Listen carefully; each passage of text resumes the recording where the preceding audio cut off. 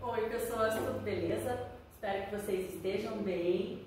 Vamos lá para a nossa segunda aula lá da unidade 5 do volume 3, tá?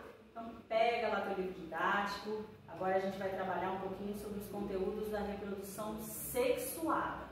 Então é lá na página 6 do teu livro didático. E aí, gente, quando fala de reprodução sexuada, vocês lembram lá que na aula passada a gente falou de reprodução assexuada, né? Aquela assexuada, A quer dizer não. Então não acontece lá a troca do material genético, né? Os indivíduos que são gerados, eles são idênticos aos indivíduos que deram origem, aos progenitores. Na reprodução sexuada é diferente. Então o que acontece aqui?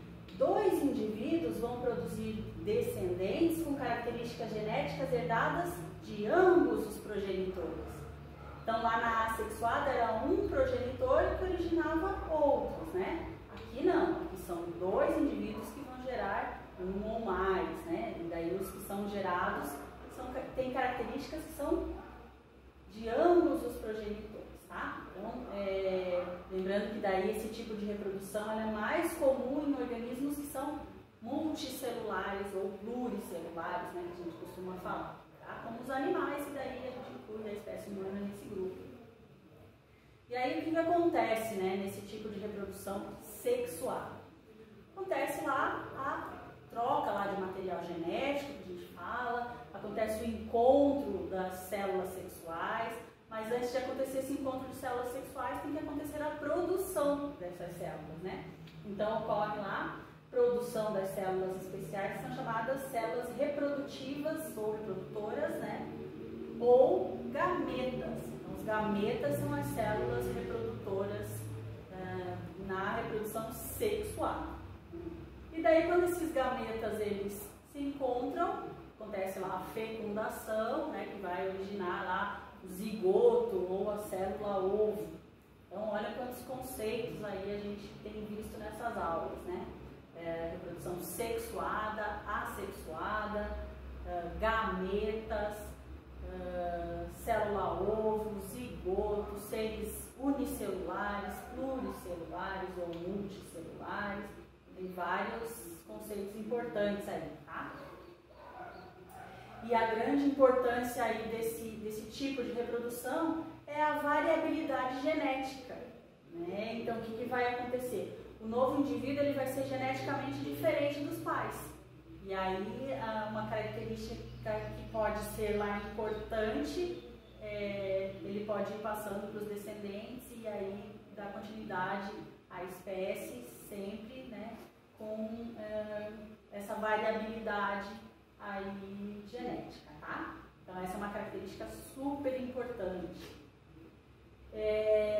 E aí a união desses gametas lá na reprodução sexuada é chamada de fecundação, né, como eu já tinha falado para vocês, e essa fecundação ela pode ser externa ou interna, é o que a gente vai ver na sequência, tá?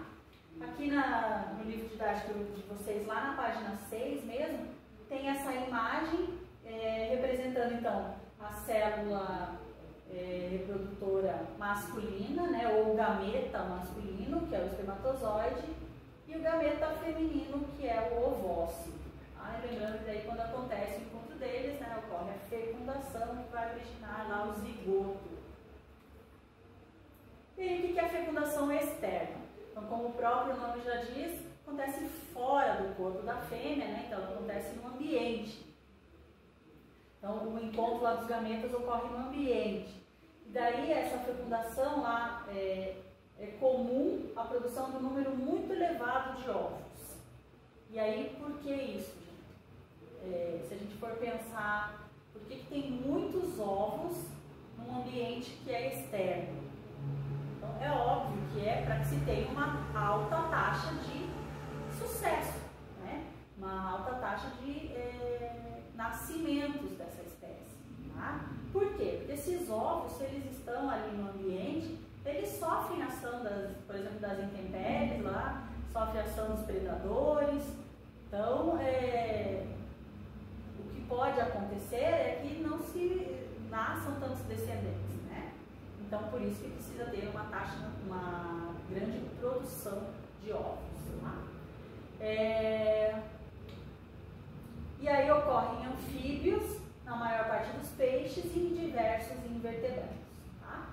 Aí no livro didático de vocês também tem essas imagens aqui. Então tem a imagem do amplexo, que é aquele abraço que o sapo dá na fêmea, para poder estimular a produção dos ovos no ambiente.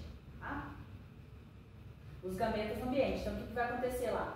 A fêmea vai liberar os gametas femininos, o macho vai liberar os gametas masculinos e esse encontro, a fecundação vai acontecer no ambiente. Tá? Então a liberação dos gametas no ambiente, e aí tem mostrando os ovos, né, desse tipo de anfíbio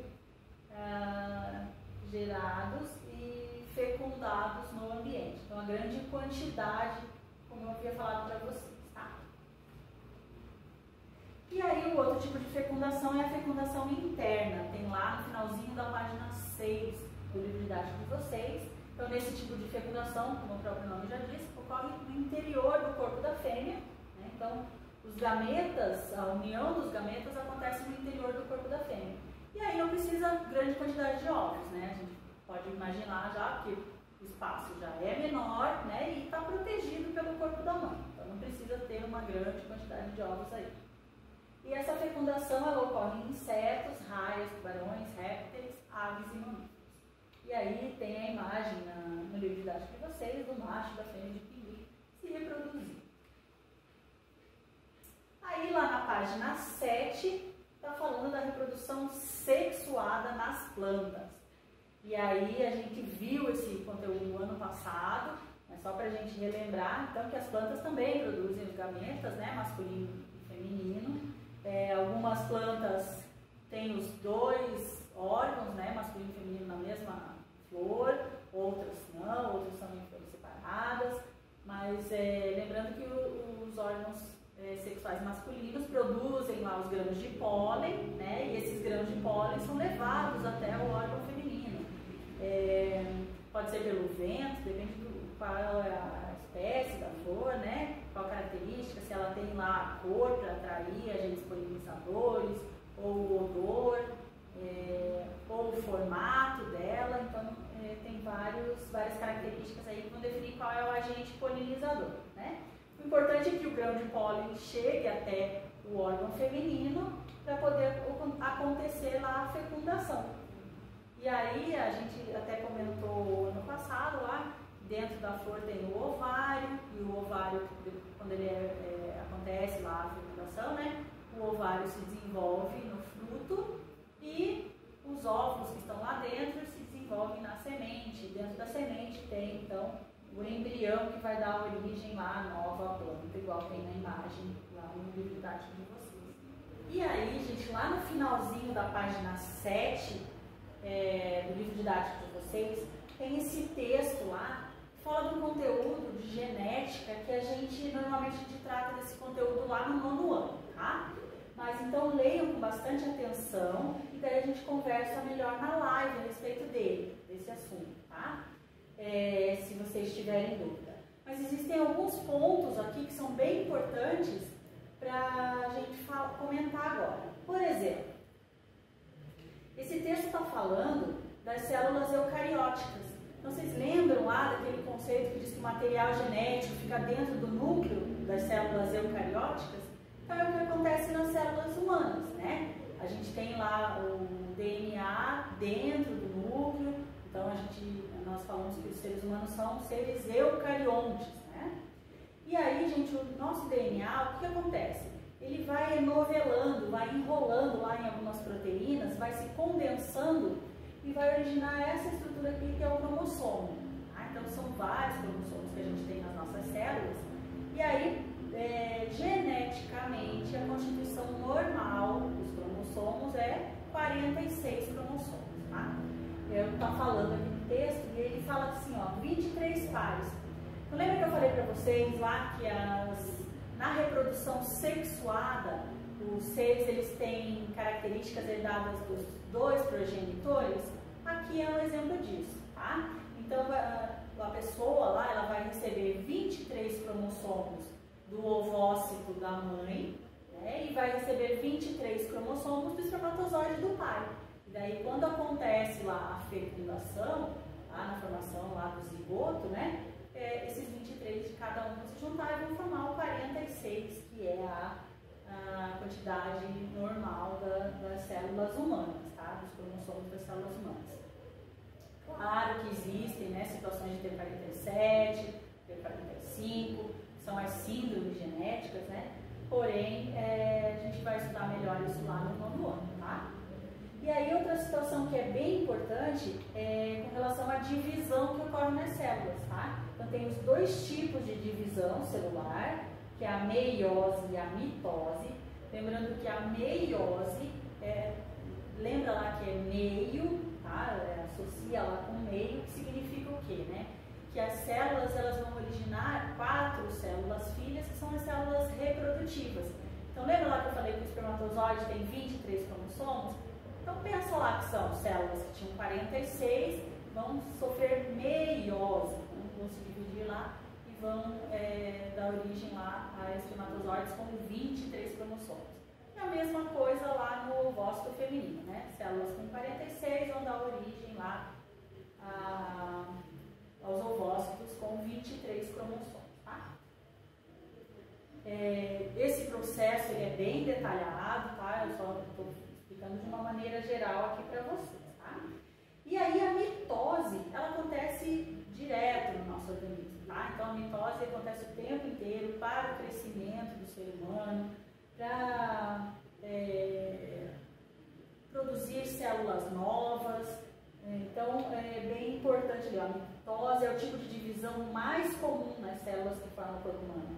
Ela é importante para as células que se desgastam rapidamente e morrem, como as que formam a pele, uma vez que possibilita o crescimento celular mais rápido, tá? Então pense lá que toda vez que tem lá uma nova geração de células, elas foram originadas através do processo de divisão celular mitose, tá? E as células reprodutivas sempre por meiose. Essa é a divisão celular para originar células reprodutivas, a meiose. Beleza? E aí tem uma tarefinha, né? Tá lá no teu livro didático, lá a página 8, fazer lá para a próxima semana, hein? E no livro de atividades, as páginas 5 a 7, do exercício 1 ao 6. Beleza?